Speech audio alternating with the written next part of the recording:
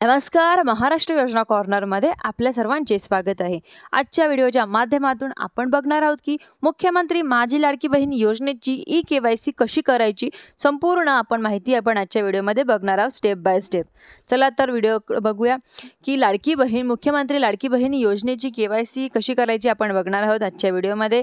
तर तुम्हाला सर्वप्रथम लाडकी बहीण महाराष्ट्र.गव्हर्नमेंट इन या संकेतस्थळावर यायचं आहे. या संकेतस्थळावरती आल्यानंतर मुख्य प्रश्नावरती म्हणजेच की केवायसी करण्याआधी एक लिंक देण्यात आलेली आहे.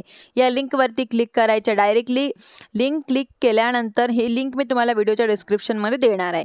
मग ती Ladki Bahin .महाराष्ट्र.गव्हर्नमेंट in he KYC या लिंकवरती टच करून घेऊया.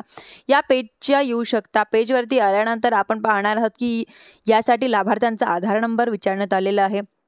ज्या लाभार्थ्यांचा केवायसी करण्याची त्यांचा आधार नंबर टाकायचा आहे. खाली देण्यात आलेला जो कॅप्चा कोड आहे तो कॅप्चा कोड टाकायचा आहे. या योजनेच्या अंतर्गत आपली केवायसी करण्यासाठी आधारचा डाटा देण्यासाठी आपण सहमत आहोत अशा प्रकारची सहमती देऊन मी सहमत आहे किंवा क्लिक OTP वरती पाठवायचा आहे. OTP केल्यानंतर लाभार्थी योजनेच्या अंतर्गत पात्र असेल त्या लाभार्थ्यांच्या आधार संकलन मोबाईलवरती एक OTP पाठवला जाईल. म्हणजेच की लाभार्थी जर अपात्र असेल तर पुढची प्रक्रिया त्याला करता येणार नाही. या मोबाईल नंबरवरती आलेला OTP व्हेरीफाय करायचा आहे. यांच्यानंतर महिलेच्या पतीचा किंवा वडिलांचा आधार नंबर विचारला जाईल. यामध्येही सुद्धा ऑप्शन आता बंद होणार आहे. यांच्यामध्ये डायरेक्टली आता अर्ज करत असताना वडिलांचे किंवा पतीचे नाव डायरेक्टली दाखवण्यात येणार आहे. म्हणजेच की प्रक्रिया झाल्यानंतर पुढे आपल्याला विचारलं जाणार आहे ते म्हणजेच की आपल्या जातीचा प्रवर्ग, तो जाती म्हणजे या ठिकाणी टाकायचा आहे.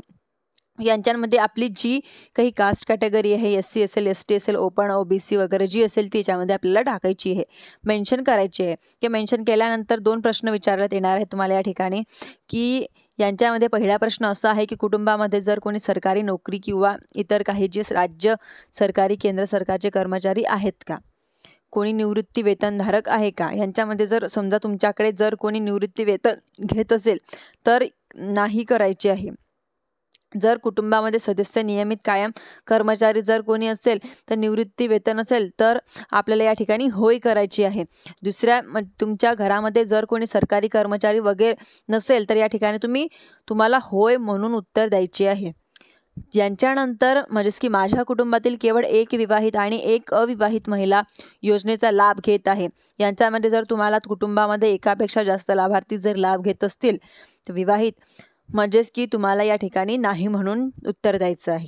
तुमच्या घरामध्ये एक महिला किंवा एक अविवाहित मुलगी असेल म्हणजेच की या ठिकाणी तुम्ही होय उत्तर देऊ शकता. या दोन्ही सूचनांची उत्तर ही माहिती खरी असून खोटी आढळल्यास माझ्यांवरती कारवाई केली म्हणजेच की कारवाई सक्त करण्यात येईल. मी पात्र राहील अशा प्रकारची खालील स्वयंघोषणा तिला टिक करायची आहे. व हे दोन्ही उत्तर देत असताना बरोबर उत्तर द्या. कारण एखादा जर स्थानिक संस्थेचं किंवा कुठे जर निवृत्ती वेतन घेत कर्मचारी असेल तर पुन्हा जसं काही निर्दंश आलं तर हप्त्याची वसुली सुद्धा होऊ शकते. तुमच्या जेवढे हप्ते तुम्हाला दिलेले आहेत तेवढे. अशा प्रकारच्या दोन्ही ऑप्शनला क्लिक करून आपल्याला सबमिट करण्यावरती क्लिक करायची आहे.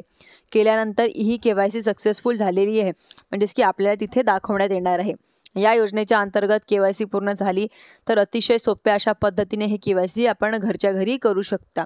महिला लाभार्थी असेल का त्यांच्यामध्ये समस्या यांच्यामध्ये दाखवायची असेल, आणखीन बदल होण्याची शक्यता आहे तर बदल होण्याची झाली तर माझ्या चॅनलच्या माध्यमातून तुम्हाला कळवण्यात येणारच की कोणते कोणते बदल या ठिकाणी होणार आहे. धन्यवाद.